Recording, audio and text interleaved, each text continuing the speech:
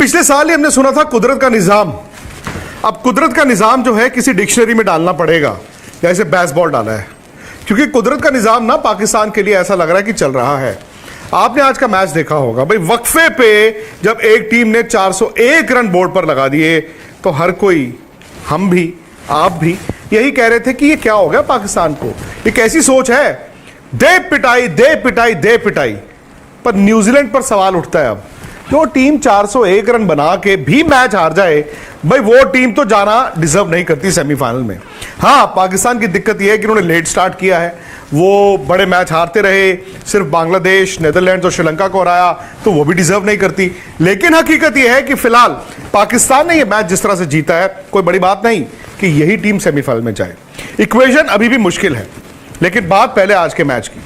वो जो बरसात आई उसने थोड़ी देर के लिए न्यूजीलैंड की हेल्प की, लेकिन दोबारा जो बरसात आई उसने ही न्यूजीलैंड के लिए जो मैच था वो दफना दिया।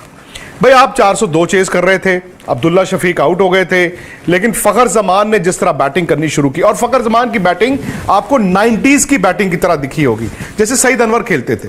मुझे तो फखर जमान को खेलते देख ऐसा लग रहा था कि सईद अनवर ही बैटिंग कर रहे हैं, सईद अनवर ही बैटिंग कर रहे हैं। बाबर थोड़ा स्लो थे टू बिगिन विद, लेकिन एक इंटेलिजेंट नॉक थी वो, कप्तान की जिम्मेदारी वाली पारी थी। वो जानते थे कि अगर फखर जमान छक्के मार रहा है तो मुझे छक्के मार के कुछ नहीं मिलना है, मुझे सिर्फ स्ट्राइक रोटेट करनी है, भले ही मैं 4 गेंदे एक्स्ट्रा खेल लूं, क्योंकि शायद वो कॉन्फिडेंस उनको था कि फखर खेलते जाएंगे। लेकिन मेरा यह मानना था कि अगर पाकिस्तान की एक विकेट गिर जाती तो शायद वो दबाव आता, क्योंकि अक्सर होता क्या है ना, जब आप 402 रन चेज कर रहे हैं लगता है कि यार हम बना देंगे, और ब्रीफ एक पीरियड आता है जहां पे लगता है कि टीमें जो हैं चेज कर देंगी, बट फिर एक विकेट गिरती है, फिर 2 गिरती हैं, और फिर एंड में जाके रिजल्ट आपकी फेवर में नहीं जाता। इसीलिए जो बरसात हुई, जो पहले 1 घंटे की बरसात हुई, फिर टारगेट रिवाइज हुआ, 41 ओवर में 342 बनाने हैं, वहां पर पाकिस्तान का नुकसान था। ओवर 9 निकल गए, लेकिन एक हाई स्कोरिंग गेम में रन सिर्फ 60 कम हुए, लेकिन उनको फायदा हुआ वो जो 1 घंटे का ब्रेक हुआ, क्योंकि न्यूजीलैंड को उससे कोई फायदा नहीं हुआ, और फखर जमान और बाबर को सिर्फ आके दोबारा से 8-10 गेंदों में अपने आप को अप्लाई करना था। बट वो एक बात समझ गए थे कि ये मैच 41 ओवर नहीं जाएगा।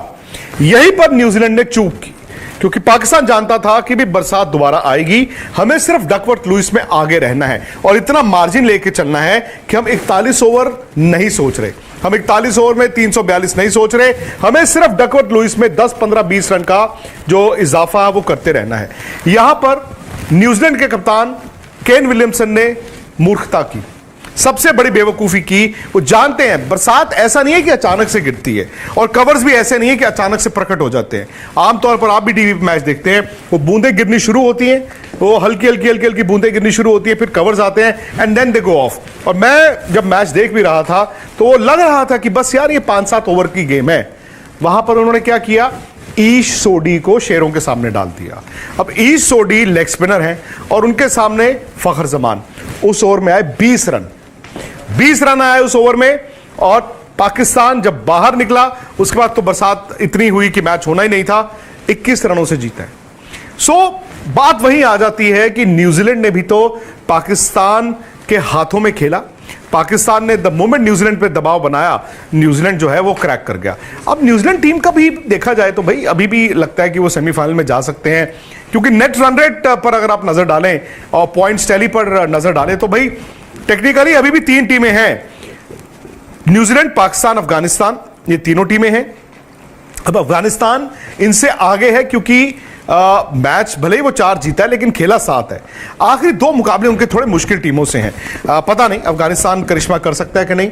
न्यूजीलैंड और पाकिस्तान का जो नेट रन रेट है वो थोड़ा सा बैलेंस आउट हुआ है।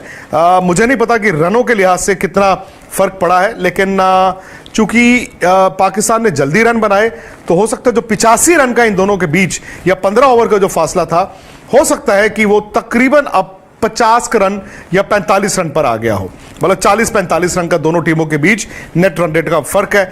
अब दिक्कत यह है कि न्यूजीलैंड ने 9 तारीख को मैच अपना आखिरी खेलना है श्रीलंका के खिलाफ। अब उस मैच में भी बैंगलोर में बरसात फोरकास्ट है, और फिर पाकिस्तान ने खेलना है इंग्लैंड के साथ 11 तारीख को अपना आखिरी मुकाबला।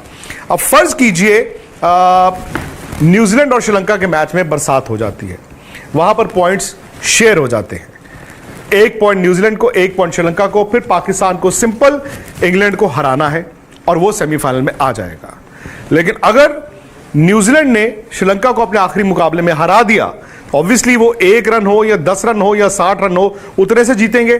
फिर पाकिस्तान पर दबाव यह होगा कि वो अपने आखिरी मैच 11 तारीख को इंग्लैंड को हराए और उसी फासले से हराए, उसी डिफरेंस से हराए, जो इम्पॉसिबल नहीं है, क्योंकि इस टीम के साथ हर कुछ इम्पॉसिबल लग रहा था। 2017 चैंपियंस ट्रॉफी उठाएं आप, 1992 वर्ल्ड कप उठाएं आप, जब लगता है ना कि ये टीम गिर चुकी है, उसी वक्त ये खड़े होने की कोशिश करते हैं।